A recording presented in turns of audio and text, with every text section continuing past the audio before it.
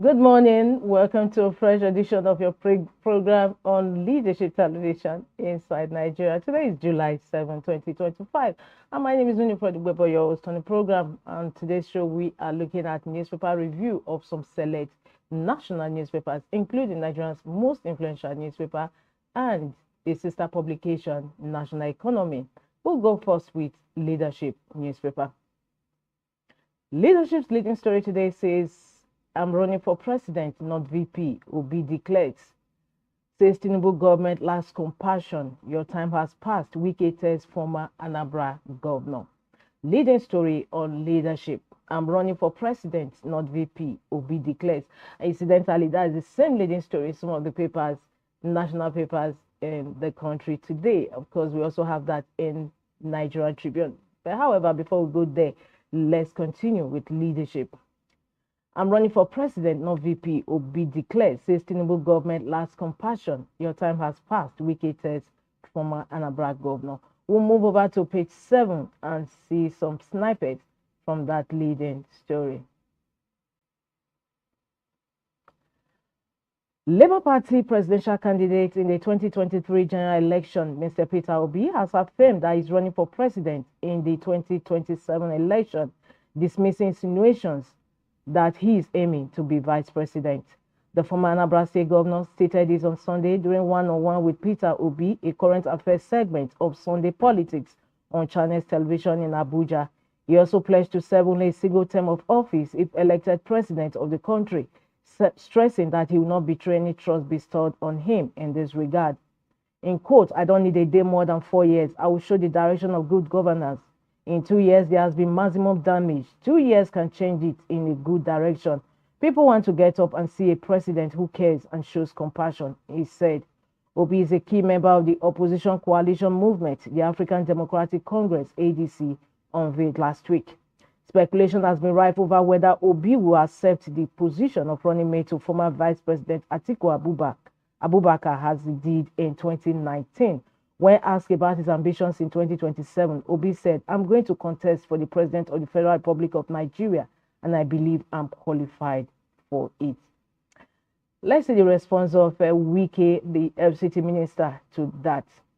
The minister of the Federal Capital Territory, FCT, Nyesom Wike, has cautioned Nigerians against falling for opposition propaganda ahead of the 2027 elections, while highlighting the transformative achievements of President Bola Tinubu's administration. During a Thanksgiving service at St. James Anglican Church in Asokoro, Abuja, the former Rivers State governor criticized Mr. Peter Obi. He said Obi and other coalition leaders will not return to power because their time had passed. He warned religious leaders not to repeat what he called their worst mistake during the 2023 elections. The church almost made the worst mistake in 2023. Some of us wouldn't be here today if things had gone differently in 2023. Nigerians must be very careful this time around. Don't allow propaganda to deceive you, he said. Targeting Obi, Wike questioned his performance as Anambra State governor. "Some of you don't know somebody, you just act with emotion.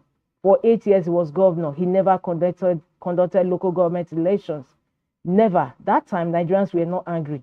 They were happy that you refused to conduct local government elections in the 8 good years you were governor.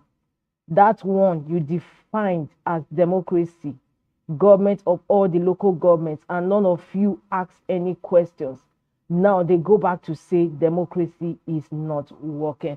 These are excerpts from the leading story on today's Leadership newspaper from Peter Obi saying, "I'm running for president, not VP." We continue with the headline stories gracing the cover of Leadership today. We have 29 dying Kano, Lagos crashes. Rainstorm destroys 100 KB houses.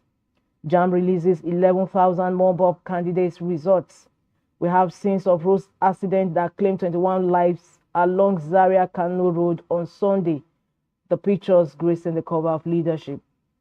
Houses destroyed by rainstorm in Kebbi State on Sunday. The two pictures, photo cover on Leadership newspaper. NAS oversight of MDA's ineffective, CSO's orders. Ebonyi government backs rotational presidency. Aviation fuel soars to 1,315 per litre despite oil price dip. Tinubu orders military to wipe out Nigeria's enemies. Spooker fears greater insecurity. That story runs on page 22 of Leadership. And towards the masthead of Leadership, court verdict, Natasha vows to resume Tuesday. Senate awaits CTC. The story continues on page 21 of Leadership newspaper. Court verdict, Natasha vows to resume Tuesday. Senate awaits CTC. And on the business boss of Leadership, Leadership appoints new editors. The management of Leadership has approved the appointments of Martin Ayankola and Olushola Fabi as new editors, effective July 1, 2025.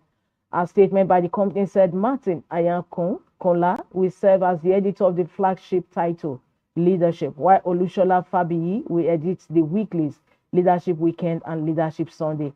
According to a statement signed by the Group Managing Director of Leadership, Alhaji Muazu Elize, the appointment of the new editors is part of the moves to reorganize the newspaper.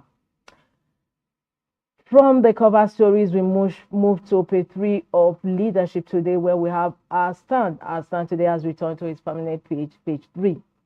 Today's stand is on homemade electric vehicles, laughable. It's a question on today's stand in Leadership. A bid to introduce electric vehicles, EVs, into the nation's transportation system is presently in the works as senators in their audacity plan for what they see as a more sustainable future for the sector. The proposed legal instrument, the Electric Vehicle Transition and Green Mobility Bill, has passed its first reading in the upper chamber of the National Assembly. We commend their effort in this direction, akin to legislating on what does not exist. From a patriotic standpoint, the bill's promoters hope that when enacted, it will establish a legal and policy framework to guide the country's shift from fossil fuel-powered vehicles to electric vehicles. We move to the stand, where the paper takes a stand. Worse, this newspaper believes the nation's industrial base is abysmally low or non-existent. Infrastructure in all ramifications is begging for action in the desired quantity and quality. We are not trying to discourage any drive by the legislators to bring into sharp focus the novelty EVs have become globally. On the contrary, we appreciate their efforts. However, we are persuaded to urge them to consider putting part of the money they spend on their frivolities that relate to their offices into research and development that will bring to fruition the idea they are canvassing and also tone down their inordinate desire to embark on the corruption-laden gravy train. In our view, greater nationalistic fervor and less sleaze are required to attain such high-flying, innovative projects that put a country in the appropriate perspective among nations. Today's standing Leadership, homemade electrical vehicles, laughable. From there, we move to the back page where we have Mode column with Dakuku Petisai. Today, he's writing on what can Nigeria learn from China's electricity revolution. Just when we're just in our stand talking about electric vehicles, Mode column with Dakuku Petisai is on what Nigeria can learn from China's electricity revolution. In quote, access to electricity correlates strongly with literacy, life expectancy, and income. Quote from today's back page column. Before we leave the back page, let's visit Ghana Must Go. Ghana Must Go PDP chair says nobody can conquer PDP. We have mastered the art of conflict resolution.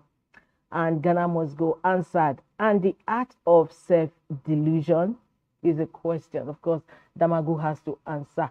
With that, we conclude review of Leadership this Monday, July 7, 2025. Don't forget to log into the website of Leadership for continuation of those headline stories, inside stories, back page, and today's stand, www.leadership.ng.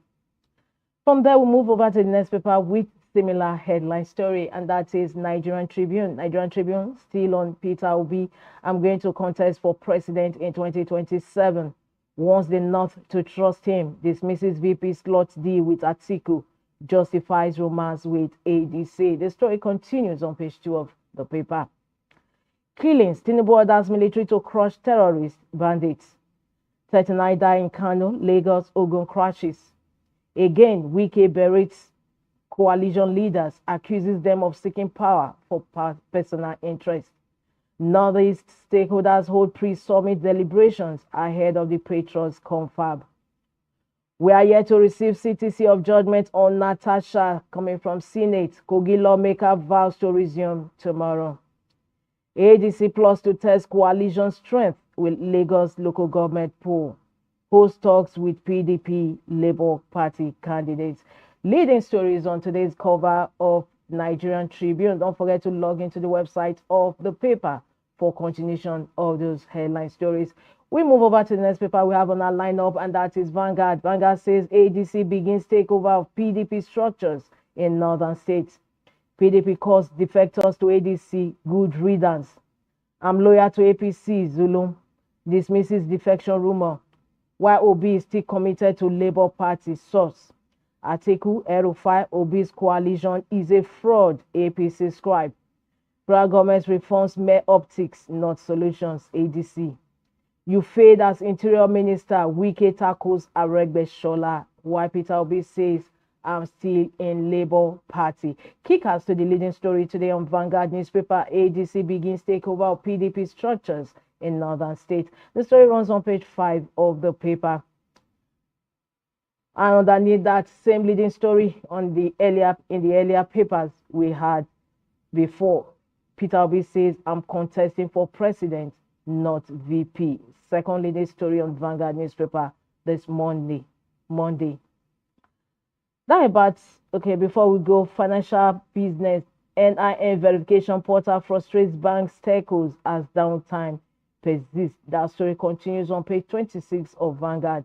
NIN verification portal frustrates banks, telcos as downtime persists. With that, we conclude review of front headline stories on this Monday on Vanguard newspaper. For continuation of those headline stories, you log on to the website of Vanguard, www.vanguardngr.com. From Vanguard, we move over to the next paper we have on our lineup, and that is The Punch. The Punch has different story entirely as its main cover. It says 10 states borrow 417 billion naira despite higher allocations. Rivers Taraba top debt surge as 10 states account for 34% of sub-national domestic debt. Nigeria's unity under attack from terrorists, separatists, Tinubu. And beside the masthead of The Punch, 2027 coalition crisis brews as ADC chairman set terms for alliance. And atop the masthead of The Punch, recapitalization, 5 banks hit CBN targets ahead of deadline. The story continues on page 35 of The Punch, even as we conclude review of front headline stories on The Punch this Monday. Don't forget to log into the website of The Punch for continuation of those headline stories. As we move to the next paper we have on our lineup, and that is The Guardian. The Guardian says oil theft eases despite $25.7 billion losses in 23 years as operators turn to badges. Oil theft eases despite $25.7 billion losses in 23 years as operators turn to badges.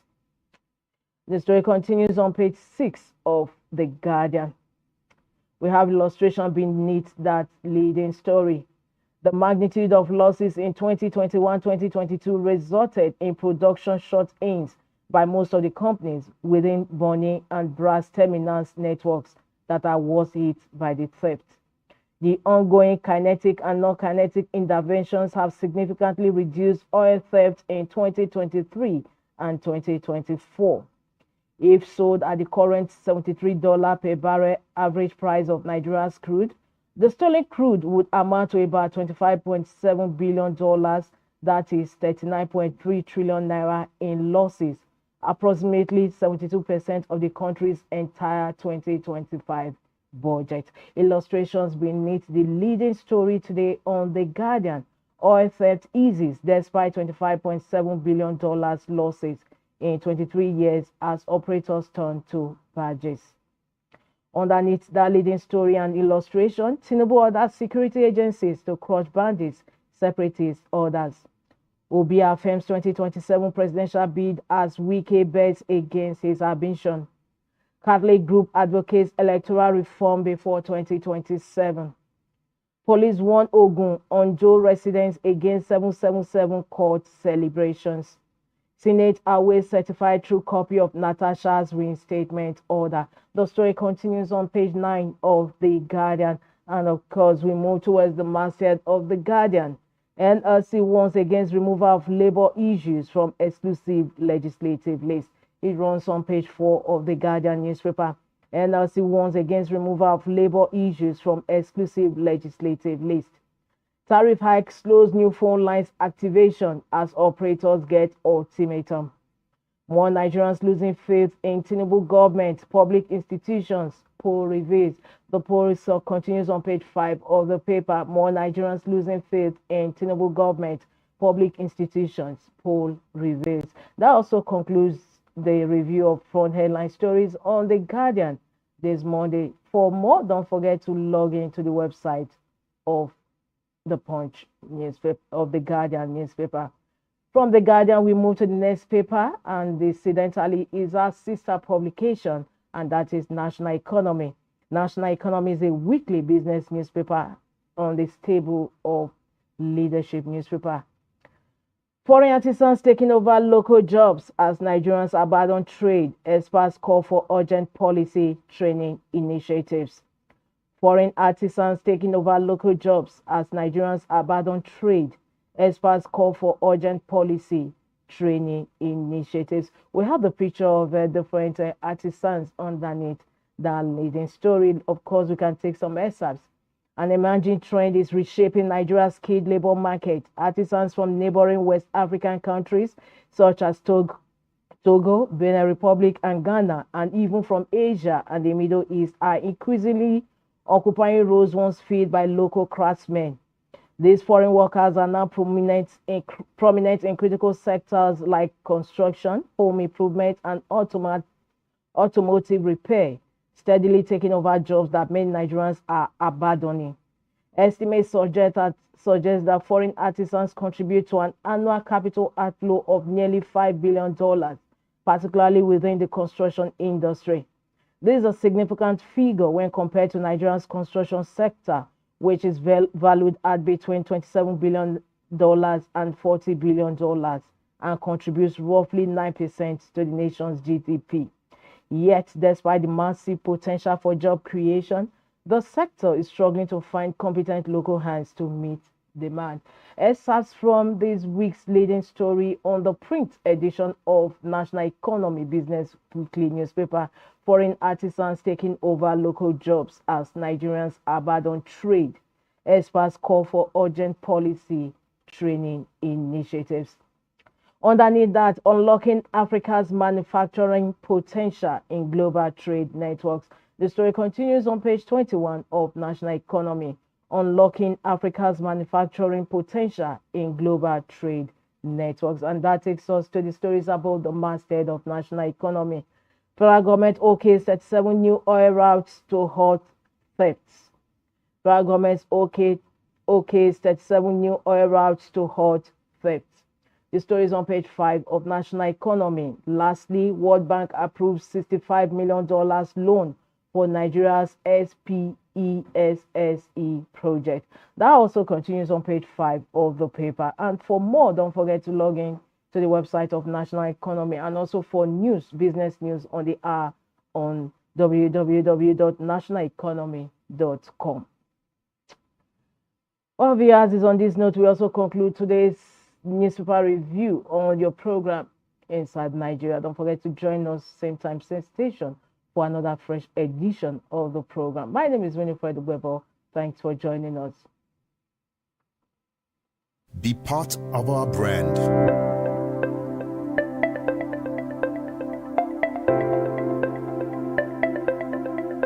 Leadership for God and country.